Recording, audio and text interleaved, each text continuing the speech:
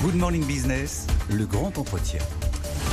Il est 8h18 et nous sommes avec une personnalité clé dans ces débats sur la réforme des retraites. Marie-Lise Léon, le numéro 2 de la CFDT, secrétaire générale adjointe, bonjour. Bonjour. Merci d'être avec nous ce matin. Alors on va alimenter ce débat qui n'en finit pas sur les retraites avec la dernière étude d'Eurostat sur le vieillissement de la population européenne. Thomas Chtel, vous dites que pour l'instant, Eurostat semble être dans le camp des pro-réformes. Oui, puisque l'espérance de vie s'allonge, le taux de natalité chute et donc forcément la démographie européenne est parmi les plus vieillissantes au monde. Aujourd'hui, on compte 20% d'Européens qui ont plus de 65 ans, un Européen sur 5, ce sera un Européen sur 3 en 2050.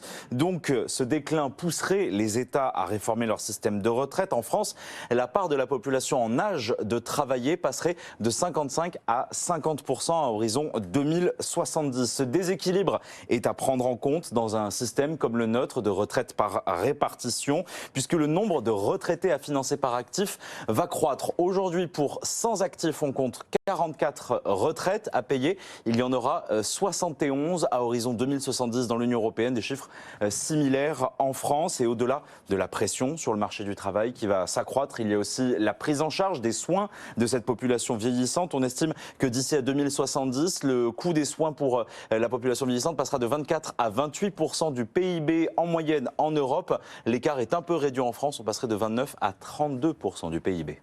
Marie-Lise Léon, c'est un peu implacable cette analyse d'Eurostat qui dit que 1 Européen sur 3 aura plus de 65 ans en 2050, c'est seulement 1 sur 2 aujourd'hui. Absolument, oui, c'est implacable. C'est les éléments de démographie qui sont d'ailleurs intégrés dans le Conseil d'orientation des retraites. Ce qui nous conforte dans l'idée qu'il faut véritablement reprendre les choses à l'endroit. C'est une réforme aujourd'hui telle qu'elle nous est présentée, qui ne repose qu'uniquement sur le report de l'âge légal. C'est pas du tout une réforme de justice sociale telle que nous on le souhaitait en 2019. Et ces éléments démographiques à horizon 2050, 2060, 2070, ils plaident véritablement pour une refonte globale de notre système et pas uniquement un ajustement injuste comme c'est proposé par le gouvernement. Elisabeth Borne a redit ce week-end qu'elle ne bougerait pas ni sur les 64 ans, ni sur l'accélération de la réforme Touraine. On voit venir des améliorations sur la question des femmes, sur la question peut-être des carrières longues. Ça ne suffira pas, de toute façon, peu importe ce qui est négocié au Parlement. Alors, aujourd'hui, le débat est complètement du côté du Parlement, ça on en a tout à fait conscience. Vous dites des améliorations par rapport à ce qui est présenté aujourd'hui, sauf que ça reste profondément injuste, c'est-à-dire que la réforme telle qu'elle est proposée aujourd'hui avec le report de l'âge légal, c'est vraiment le cœur du réacteur de cette réforme, fait qu'il y a besoin d'ajustements, sinon elle serait encore plus brutale que s'il n'y avait que cette mesure d'âge. Donc aujourd'hui c'est dans le camp du Parlement, il y a des discussions qui vont avoir lieu, ça c'est le jeu. Il y a 7000 amendements. 7000 amendements. Pour la CFDT, ce qui est important, c'est que le débat ait lieu et qu'il puisse véritablement y avoir un vote, notamment sur cette question de l'âge, que nous souhaitons voir retiré du projet. Marie-Lise Léon, qu'est-ce qu'il aurait fallu faire ? Vous avez évoqué 2019, la tentative de réforme des retraites avec un système universel par points. C'était le plus juste parce qu'en fait, on savait, on cotisait ce qu'on voulait, en fait, aussi longtemps qu'on voulait, on partait quand on voulait, en fonction du niveau de retraite qui était acceptable.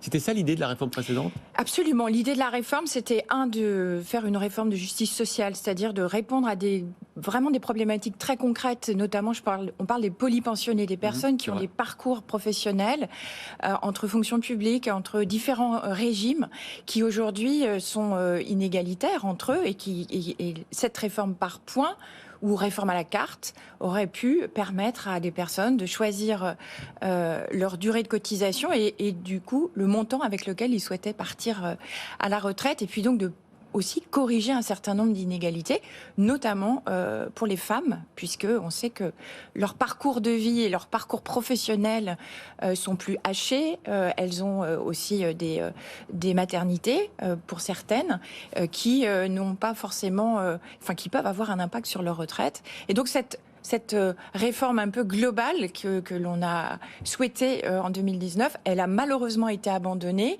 pour cette réforme paramétrique injuste, brutale, qui peut se résumer à un report de l'âge légal et qui est profondément injuste pour ceux qui ont travaillé tôt, les personnes qui ont des carrières hachées, qui ont des travaux pénibles.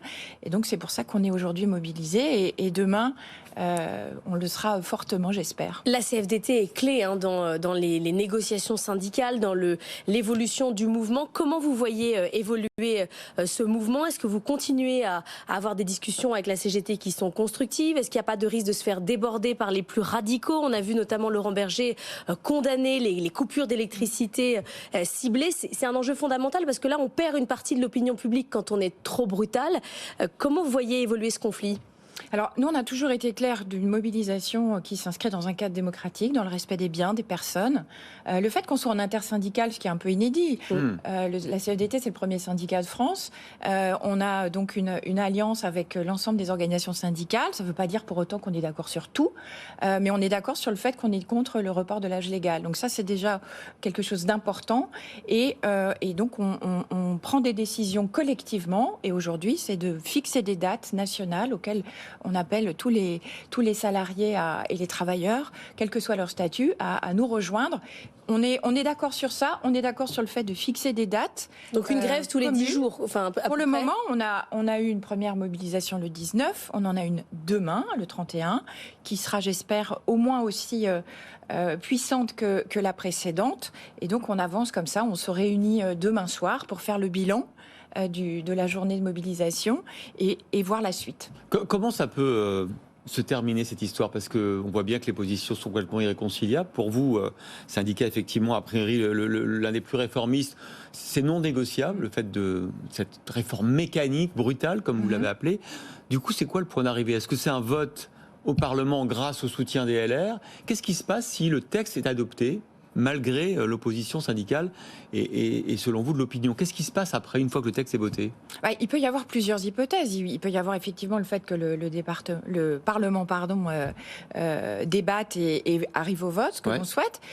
On peut aussi avoir un gouvernement à l'écoute de ce qui se passe dans la rue, de cette démocratie sociale qui s'exprime et du monde du travail qui, de façon massive, dit qu'il ne veut pas de cette réforme. Donc ça peut être deux pistes. Après, voilà, nous sommes profondément démocrates et républicains. Si la réforme passe à l'Assemblée et au Sénat, on verra après quels peuvent être les différents amendements. Voilà, l'idée, c'est pas tant le résultat, c'est de réussir, nous, à peser sur la façon dont ça va évoluer. Ça veut dire que vous arrêterez, le jour où le texte est voté, vous arrêtez de manifester et de vous mobiliser. Ça, je n'ai pas de boule de cristal. Je ne sais pas quelle sera la nature des débats au Parlement. Aujourd'hui, moi, j'ai beaucoup d'interlocuteurs qui ont beaucoup de certitudes. Nous, on avance pas à pas. On avance avec notre stratégie CFDT. On est dans une intersyndicale aussi. Et on verra. Le plus important, c'est déjà de voir demain ce que donnera la mobilisation.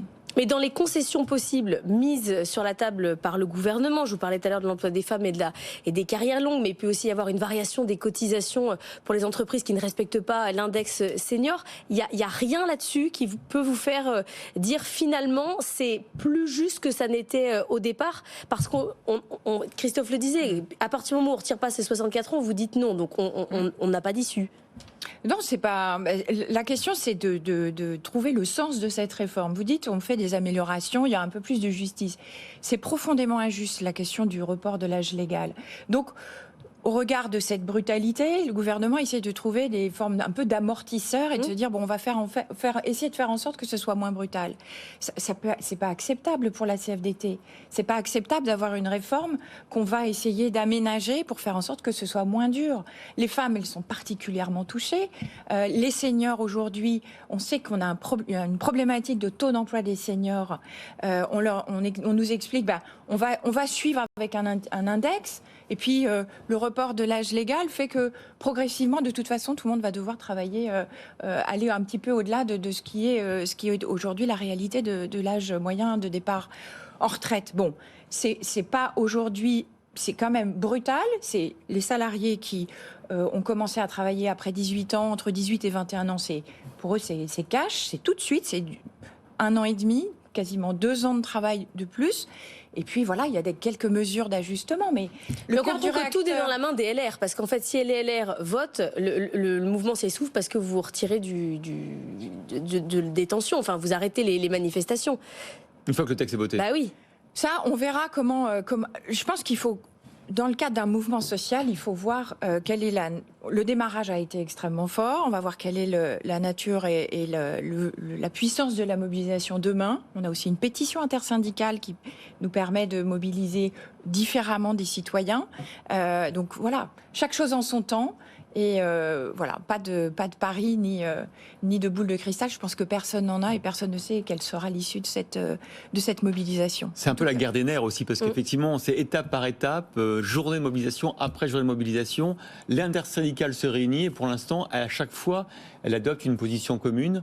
C'est un peu cette stratégie de guerre des nerfs que vous menez avec le gouvernement. Oui, non, c'est pas une guerre des nerfs, c'est une mobilisation syndicale qui est un peu inédite parce qu'on est tous réunis, on est tous d'accord sur un mot d'ordre. Et ce qui est important aujourd'hui, c'est qu'on a tous en tête l'idée de défendre l'intérêt des travailleurs. Et donc, c'est dans ce cadre-là qu'on fait ces propositions.